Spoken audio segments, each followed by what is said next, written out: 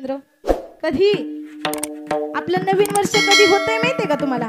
22 जानेवारीला आपल्या सगळ्यांचा आनंदाचा दिवस येतोय. आपल्या सगळ्यांचं दैवत, आपल्या सगळ्या जगाचा राजा, अरे अयोध्येमध्ये प्रभू श्रीरामचंद्र विराजमान होणार आहे. तो आपला आनंदाचा दिवस असणार आहे आणि ते आपलं नवीन वर्ष असणार आहे. आपला राजा अयोध्येमध्ये विराजमान होणार आहे. म्हणून ऐका, सगळ्यांच्या जीवनामध्ये एक सखा कृष्णासारखा अवश्य आहे, पण सगळ्यांच्या जीवनामध्ये कृष्णासारखा एक सखा अवश्य आहे, पण प्रत्येकाच्या हृदयामध्ये मर्यादा पुरुषोत्तम राम असणं सुद्धा अवश्य आहे. प्रत्येकाच्या हृदयामध्ये राम असावा. प्रत्येकाने आपल्या हृदयामध्ये देवाला साठवावं. बघा, ज्याचं कर्म धर्म आहे, बघा नीट वाक्य लक्ष देऊन ऐका, ज्याचं कर्म धर्म आहे, ज्याची वाण्य सत्य आहे, त्याच्यावरती प्रभू श्रीरामचंद्रांची कृपा आहे. असे असणारे मर्यादा पुरुषोत्तम राम आपले किती जानेवारीला विराजमान होणार आहेत? बोला बोला ना. आहे का कीर्तनात कुणाचं लक्ष? सगळे कवरे क्षेत्राच्या बाहेर नेटवर्क आहे का नाही इथं कुणाला? किती जानेवारीला आपले प्रभू श्रीरामचंद्र विराजमान होणार आहेत अयोध्येमध्ये? 22 जानेवारीला. त्यावेळेस आपल्याला सुद्धा आनंद झाला पाहिजे. आपल्या सगळ्यांचा आनंदाचा दिवस आहे, आनंदाचा उत्सव आहे आणि असा जयघोष केला पाहिजे प्रभू श्रीरामचंद्रांचा. अरे आपला आवाज सुद्धा, अरे कुठेही जावा, जगाच्या पाठीवरती कुठेही जावा, कुठेही गेला, आसाम मध्ये गेला, उत्तर प्रदेश मध्ये गेला, तरी राम राम म्हटलं जातं. श्रीराम जय राम जय जय राम, श्रीराम जय राम जय जय राम, जय राम जय राम, श्रीराम जय राम जय जय राम,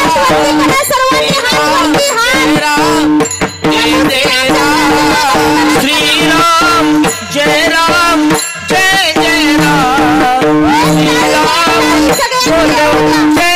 जय राम,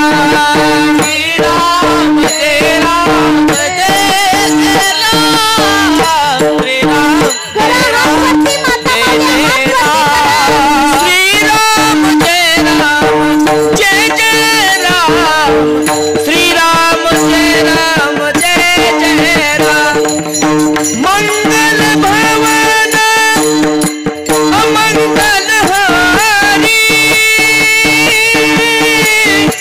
ध्रुवहु सुदशरथ अबीर बिहारी, राम सिया राम सिया राम जय जय राम, राम सिया राम जय जय राम, मंगल भवन अमंगल हारी, सुदशरथ अबीर बिहारी, राम सिया राम जय राम, राम सिया राम जय राम, सिया राम जय जय राम। प्रभू श्रीरामचंद्र भगवान की, ब्रह्म चैतन्य गोंदावलेकर महाराज की. म्हणून किती ताकद आहे नामामध्ये. तुम्ही नामस्मरण करा. नामस्मरण केल्यानंतर काही कमी पडत नाही. अरे कितीही तुम्ही धन दौलत जमीन जुमला कमवा, पण त्याच्यात तुमचं पोट भरणार नाही. पण तुम्ही देवाचं नामस्मरण केलं, देवाची भक्ती केली ना, तुम्हाला सुख समाधान मिळल्याशिवाय राहणार नाही. मग गोंदावलेकर महाराज तसंच म्हणतात. बाबा ऐका, तुम्ही प्रभू श्रीरामचंद्रांचं नामस्मरण करा, त्यांचं सेवक व्हा, त्यांची भक्ती करा. आणि एकदा का तुम्ही त्यांना आपलंसं करून घेतलं, त्यांची भक्ती केली, त्यांचं नामस्मरण केलं ना, तुम्हाला जीवनात काही सुद्धा कमी पडणार नाही. मग त्याच्याकरता काय करा, तर प्रभू श्रीरामचंद्रांचं नामस्मरण करा, त्यांची भक्ती करा. अरे केवढी ताकद आहे नामस्मरणामध्ये. हनुमंतरायानं सेवा केली, सेवक होते. दगड घ्यावा, दगडावरती राम नाव लिहावं आणि तो दगड पाण्यात टाकावा. पाण्यात टाकलेला दगड तरला की बुडला? काय झाला? तरला. का तरला? तर त्या दगडावरती राम नाव लिहिलं होतं. अरे प्रभू श्रीरामचंद्रांना सुद्धा वाटलं, अरे माझ्यात एवढी ताकद आहे, एवढी ताकद आहे, अरे माझं नाव लिहून नुसता पाण्यात जरी दगड टाकला ना तरी तो दगड तरतो, मग माझ्यामध्ये किती ताकद असेल. अरे प्रभू श्रीरामचंद्रांना सुद्धा दगड हातामध्ये घ्यावा आणि दगड पाण्यात टाकावा. मग प्रभू श्रीरामचंद्रांनी पाण्यात टाकलेला दगड तरला असेल की बुडला असेल? काय झाला? बोला बोला, काय झाला? बुडला. त्यावेळेस प्रभू श्रीरामचंद्रांना सुद्धा कळून चुकलं की नामामध्ये एवढी ताकद आहे की जेवढी माझ्यामध्ये सुद्धा नाही. देवापेक्षा देवाच्या नामाला जास्त महत्व आहे. तरले तरती हा भरवसा, तरले तरती हा भरवसा, नामधार का नामधार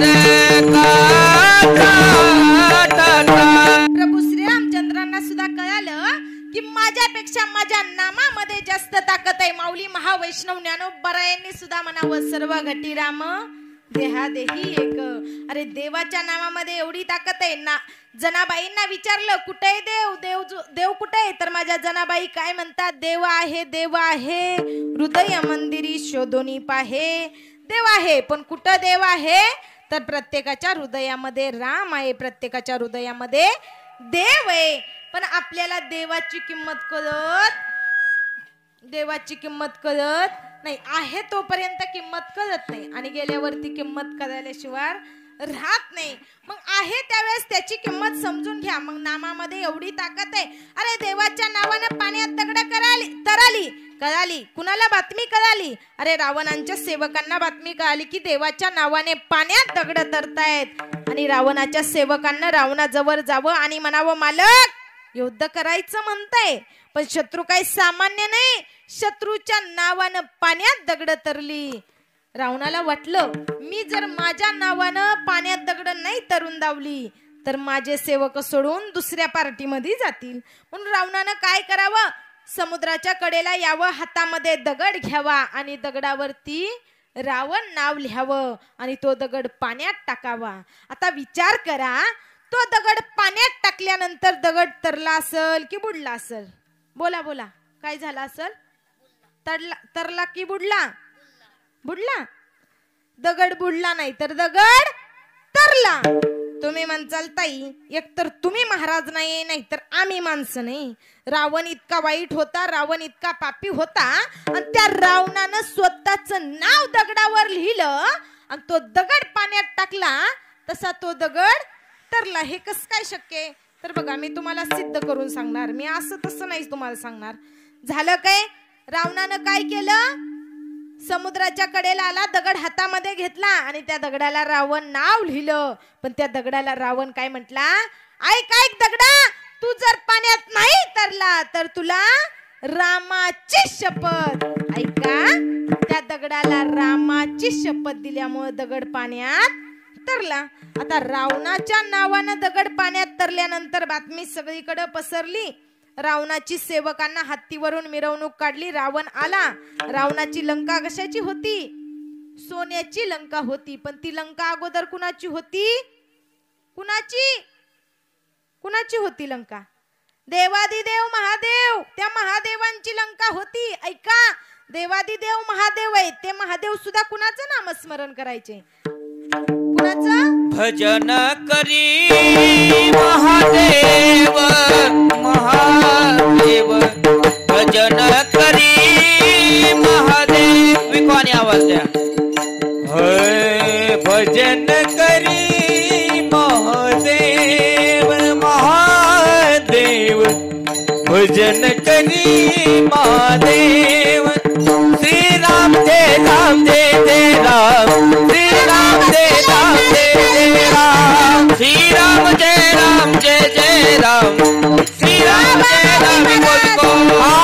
श्रीराम जय राम जय जय राम, श्रीराम जय राम जय जय राम, श्रीराम जय राम जय जय राम, श्रीराम जय राम जय जय राम. राम राम राम जय जय राम, राम राम राम जय जय राम. राम पूजे सदा शिव सदा शिव भजन करी महादेव महादेव भजन करी महादेव रामचंद्रांचं नामस्मरण करावं. अरे रावणाकडून पाण्यात दगड तरली का तर रावणानं दगडाला रामाची शपथ दिली होती. मग ऐका, रामाची शपथ दिली होती. घरी आला आणि रावणाच्या पत्नीनं मंदोदरीनं त्याला जेवण वाढलं. रावण जेवण करायला बसणार, घास मोडणार, घास मुखामध्ये घालणार. तेवढ्यात पतिव्रता पत्नी मंदोदरी समोर बसलेली होती. मंदोदरीनं म्हणावं, मालक ऐका ना हो, मी असं ऐकलं की रामाच्या नावानं पाण्यात दगड तरली. मग रामाच्या नावानं पाण्यात दगड तरली यात काही नवल नाही. ते देव आहेत, ते महान आहेत, ते एवढे पुण्यवान आहेत, त्यांच्या नावानं पाण्यात दगड तरू शकतात. पण ऐका ना हो, मी तुमची पतिव्रता पत्नी आहे, मला माहित आहे तुमच्या नावानं पाण्यात दगड तरू शकत नाहीत. पण सांगा ना हो मालक, पाण्यात दगड तरलीच कस काय? त्यावेळेस रावण म्हटला, आता काही जरी झालं तरी तुला मी सांगणार नाही. कुशाल तू रामाला चांगला पुण्यवान म्हणते, चांगलं म्हणते आणि मला वाईट म्हणते, मी तुला सांगणार नाही. पण बघा, शेवटी आमदार खासदार कीर्तनकार पण चुली पुढं गपगार. शेवटी राज हट्ट, बाल हट्ट, स्त्री हट्ट म्हणून रावणाला सुद्धा सांगावं लागलं.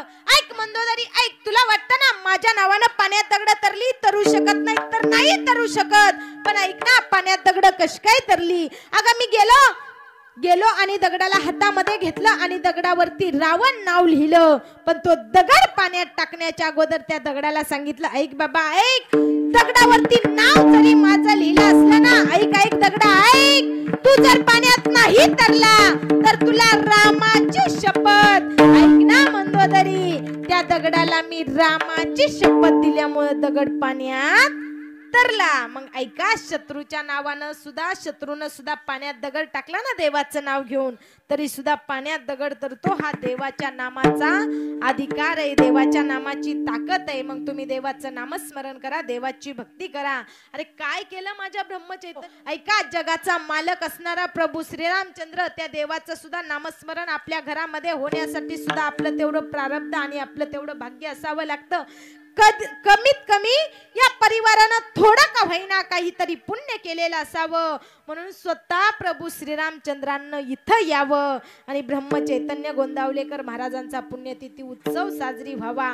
असं कुणाच्याही दारामध्ये, कुणाच्याही घरामध्ये कीर्तन होत भाग्यवंता घरी त्याची वाट पाहे रघुनंदन, त्याची वाट पाहे रघुनंदन, वाट पाहे रघुनंदन, त्याची वाट पाहे रघुनंदन. भाग्यवंता घरी भजन पूजन, भाग्यवंता घरी भजन पूजन, त्याची वाट पाहे रघुनंदन, त्याची वाट पाहे रघुनंदन, रघुनंदन, रघुनंदन. बघा, भाग्यवंता घरी, भाग्यवंताच्याच घरामध्ये भजन पूजन कीर्तन नामस्मरण होत असतं. त्याचीच वाट रघुनंदन देव पाहत असतो. मग असं कुणाच्या दारामध्ये कीर्तन भजन होत नाही. मग ऐका, प्रभू श्रीरामचंद्रांसारखे भाऊ पुन्हा होणं नाही. अरे काय होते प्रभू श्रीरामचंद्र, प्रभू श्रीरामचंद्रांसारखे भाव पुन्हा होणं नाही. अरे काय असावं भावाभावाचं प्रेम. ऐका, प्रभू श्रीरामचंद्रांकडे पाहिल्यानंतर कळतं काय असावं भावाभावाचं प्रेम. अरे प्रभू श्रीरामचंद्रांना वनवासाला निघावं आणि वनवासाला जात असताना भरत मात्र तिथं नव्हता. निघाले प्रभू श्रीरामचंद्र वनवासाला, सीतामाई लक्ष्मणराय सोबत होते आणि चालत चालत निघाले. अरे काय असतं भावाभावाचं प्रेम. आपण भाऊ भावाला बोलत नाही, भाऊ भावाचं तोंड पाहत नाही. आणि ऐका, भाव भाव ईशासाठी एकमेकांचं आयुष्यभर तोंड सुद्धा बघत नाहीत, पण कधीतरी रामायण वाचा, कधीतरी रामाकडे बघा, भाव कसा असावा हे आपल्याला रामायणातून शिकायला मिळतं. ऐका, श्रीराम प्रभू वनवासाला निघाले, सीतामाई लक्ष्मणराय सोबत होते, भरत मामाच्या गावाला गेला होता आणि प्रभू श्रीरामचंद्र रस्त्याने चालत चालत असताना रस्त्याचे काटे बाजूला काढायचे, खडे बाजूला काढायचे आणि चालत पुढे निघायचे. तेवढ्यात सीतामाईने विचारावं, प्रभू ऐका ना, आपण रस्त्याने चालत निघालोय, पण आपण चालत निघालेला असताना तुम्ही पाठीमागचे काटे आणि दगड म्हणजे खडे ते का उचलताय?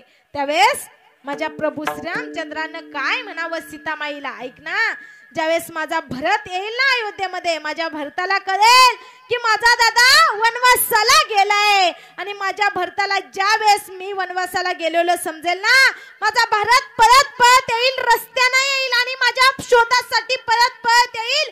त्याच्या पायामध्ये काटे टोचतील, त्याला खडे टोचतील, त्याचं भान त्याला राहणार नाही. माझा भरत आला ना, त्याला चांगला रस्ता मिळावा यासाठी मी रस्ता स्वच्छ करतोय. आणि एवढं भावावरती प्रेम असावं, हे प्रेम आपल्याला रामायणाकडून शिकायला मिळतं. भावाभावाचं प्रेम असावं. अरे किती आपल्या आई वडिलांचं ऐकावं, हे प्रभू श्रीरामचंद्रांकडून ऐकावं.